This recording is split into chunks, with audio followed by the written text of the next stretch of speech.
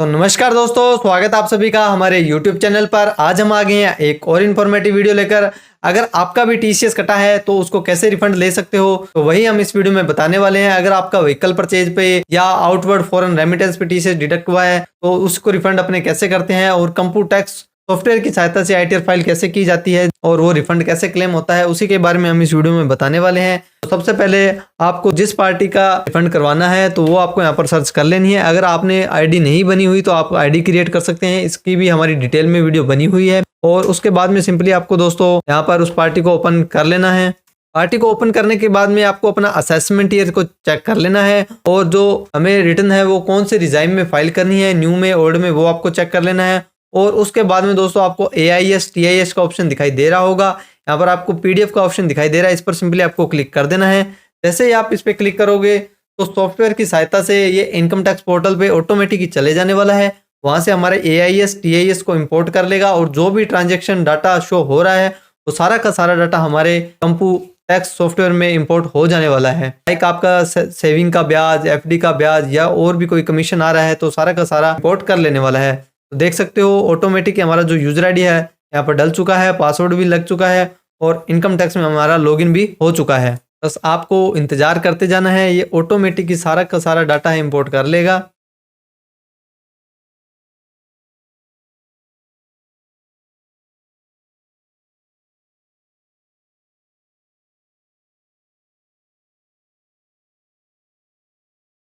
तो जो हमारा TIS है, टैक्स पेयर इंफॉर्मेशन समरी, उसके अंदर हमें दिखाई दे जाने वाला है हमारी इस पार्टी के अंदर आउटवर्ड फॉरेन रेमिटेंस है जो उसके ऊपर इसका TCS डिडक्ट हुआ था, तो वही हमें रिफंड करना है। आप देख रहे हो ये सॉफ्टवेयर से ऑटोमेटिक ही इंपोर्ट हो जाने वाला है सारा का सारा डाटा।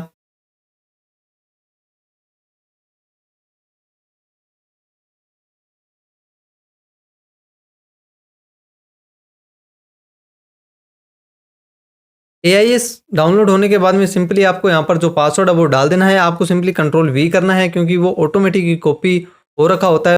डाटा इंपोर्ट होने में अगर टाइम लग रहा है तो आप इसको मैन्युअली भी कर सकते हो। इंपोर्ट करने के बाद में सिंपली आपको लॉग आउट पर क्लिक कर देना है, ओके कर देना है, और फिर से आपको एक बार ओके कर देना है, और फिर आपको अपनी इनकम टैक्स प्रोफाइल को भी यहाँ से लॉग आउट कर देना है। वैसे तो ये सारा का सारा काम सॉफ्टवेयर की ही सहायता से हो जाता है, लेकिन कभी कभार साइट में कोई इशू होता है तो सॉफ्टवेयर भी स्लो हो जाता है, जिस वजह से नहीं चलता। तो आप मैन्युअली भी कर सकते हो, कोई दिक्कत की बात नहीं है। अब यहाँ पर को आपको दिखाई देगा work in process, please wait. जो भी हमारा ऑनलाइन डाटा शो हो रहा था वो हमारे सॉफ्टवेयर में ऑटोमेटिक इंपोर्ट हो जाने वाला है। तो दोस्तों देख सकते हो हमारा जो ऑनलाइन AIS TS में जो सेविंग का ब्याज शो हो रहा था, या कुछ भी आपकी ट्रांजेक्शन शो हो रही है, तो वो यहाँ पर आपको दिखाई दे जाने वाली है। और जिसके ऊपर हमारा TCS डिडक्ट हुआ है, जैसे आउटवर्ड फॉरेन रेमिटेंस, तो वो भी आपको यहाँ पर नीचे शो हो जाने वाला है। और उसके बाद में सिंपली आपको चेकबुक को टिक करके इंपोर्ट इन सॉफ्टवेयर कर देना है, और आपको सिंपली ओके पे प्रेस कर देना है।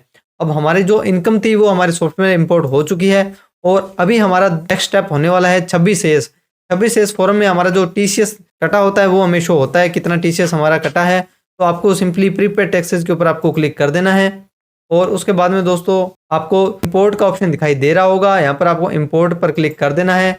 हमारे ये भी इनकम टैक्स में लॉगिन करके हमारा जो 26 फॉरम है वो डाउनलोड हो जाने वाला है।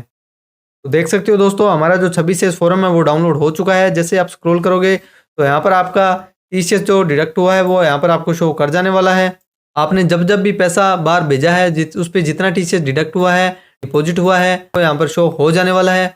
और उसके बाद में दोस्तों आपको इसको सिंपली आपको कट कर देना है। और उसके बाद में दोस्तों आपको नॉन सैलरी, सैलरी के नीचे TCS का ऑप्शन दिखाई दे रहा है। यहाँ आपकी इसके सामने जितनी भी आपकी TCS की अमाउंट थी वो यहाँ पर आपको शो कर जाने वाली है। उसके बाद में सिंपली आपको एग्जिट बटन पर प्रेस कर देना है। अभी हमारा जो AIS TIS 26 इस तीनों फॉर्म को हमने अच्छे से चेक कर लिया है। जो डाटा आ रहा था हमने अपने सॉफ्टवेयर में दिखा दिया है। अभी हमारी जो इनकम सोर्स है, जो हमारी इनकम है, जो हमें ITR में शो करनी है, वो आपको डाल देना है। अगर आपकी सैलरी है, बिजनेस है, जो भी आपकी इनकम है वो यहाँ पर शो कर देनी है। TCS जिसपे हमारा डिडक्ट हुआ है वो हमें कहीं भी दिखाने की जरूरत नहीं होती। तो सिंपली हमारी जो भी इनकम है, आपकी सैलरी है तो आप सैलरी दिखाओ। अगर आपका कोई बिजनेस है, हाउस प्रॉपर्टी से इनकम है, तो वो यहाँ पर आपको दिखा देनी है। अगर आपकी कोई salary income, house property income या कोई बिजनेस नहीं है, आप पार्ट टाइम में जॉब करते हो या पार्ट टाइम में कोई वर्क करते हो, तो सिंपली आपको अदर सोर्स में अपनी है जो इनकम है वो यहाँ पर आपको दिखा देनी है। अदर सोर्स के अंदर जो भी आपकी इनकम है, जितनी भी इनकम है वो दिखाने के बाद में सिंपली आपको एग्जिट बटन पर प्रेस कर देना है। और उसके बाद में आपको दिखाई दे जाने वाला है हमारी जो ग्रॉस टोटल इनकम है वो शो हो चुकी है। और उसी के नीचे TDS, advance tax, self tax and relief जितना भी है वो यहाँ पर आपको शो हो जाने वाला है। और उसके बाद में दोस्तों आपको टी रिटर्न फॉर्म पर क्लिक कर देना है। और उसके बाद में आपको ई रिटर्न का ऑप्शन दिखाई दे रहा है। हमने जो रिटर्न तैयार किया है उसके अंदर अगर कोई एरर त्रुटि रह जाती है तो वो हमें यहाँ से पता लग जाने वाला है। तो सिंपली आपको ई रिटर्न पर क्लिक कर देना है। अगर इस तरह के आपको एरर दिखाई देते हैं तो सिंपली आपको इनको नो कर देना है। और अब आपको opting of new tax regime new old है, इस पर आपको एक बार क्लिक करना है। अभी ये हमसे पूछ रहा है do you have opted out new tax regime assessment year 24-25। अगर आपने 24-25 के अंदर भी new tax regime return file नहीं किया है तो आपको इसे यस करना है। अगर किया है तो आपको नो करना है। और अगर आपने लास्ट ईयर रिटर्न नहीं फाइल किया है तो आपको नॉट एप्लीकेबल पर क्लिक कर देना है।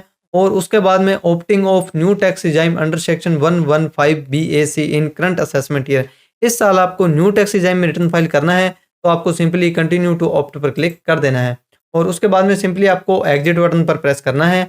और फिर आपको नीचे रीकैलकुलेट एरर का एक ऑप्शन दिखाई दे रहा है, इस पर आपको क्लिक कर देना है।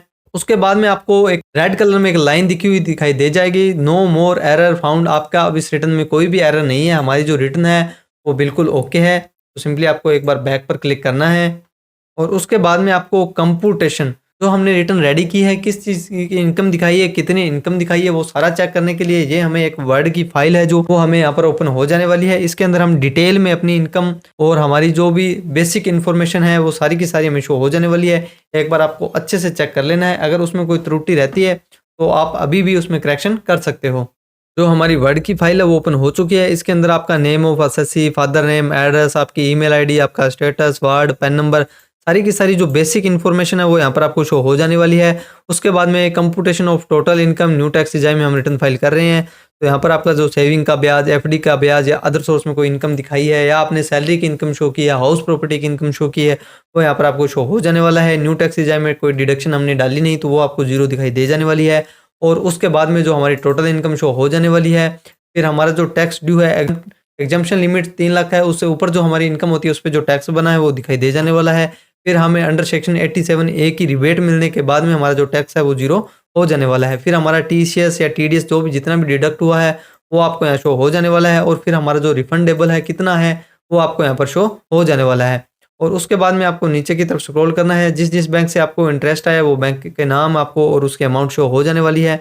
इस तरह से आप अच्छे से अपनी कंप्यूटेशन में इनकम को चेक करने के बाद में अगर इसमें कोई त्रुटि रहती है तो आप सिंपली अपने सॉफ्टवेयर में जाके उसे चेंज कर सकते हो। और उसके बाद में आपको दोस्तों सिंपली रिटर्न सबमिट पर क्लिक कर देना है और आपको ओके पर क्लिक कर देना है। कनेक्टिंग टू पोर्टल, ये हमारे जो इनकम टैक्स पोर्टल है उससे कनेक्ट हो रहा है। उसके बाद में आपको please confirm your secure access message पे कॉन्टैक्ट वो को टिक करना है। फिर आपको कंटिन्यू पर क्लिक कर देना है।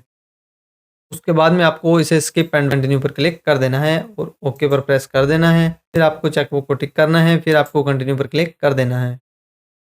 तो हमारे आधार कार्ड में जो नंबर ऐड है, मोबाइल नंबर ऐड है, उस पर OTP चले जाने वाला है। वो OTP हमें यहाँ पर डालकर वैलिडेट पर क्लिक कर देना है। OTP डालने के बाद में आपको वैलिडेट बटन पर क्लिक कर देना है। और इस तरह से दोस्तों आपको एक मैसेज है दो शो हो जाने वाला है, return has been filed successfully. जो एनक्लोजमेंट नंबर है, हमारा ट्रांजेक्शन नंबर है, दिखाई दे जाने वाला है। तो इस तरह से दोस्तों आप कंप्यूटर टैक्स की सहायता से आपका जो TCS डिपॉजिट हुआ था उसको कैसे रिफंड कर सकते हो, इस तरह से आप उसको क्लेम कर सकते हो। आई होप आप सभी को वीडियो काफ़ी पसंद आई होगी। ऐसे ही और इन्फॉर्मेटिव वीडियो देखने के लिए हमारे चैनल से जुड़े रहें। अगर अभी तक हमारे चैनल को सब्सक्राइब नहीं किया है तो हमारे चैनल को जल्दी से सब्सक्राइब करें और अपने चाहने वालों में भी हमारा चैनल है जो शेयर करें। थैंक यू सो मच दोस्तों। जय हिंद, जय भारत।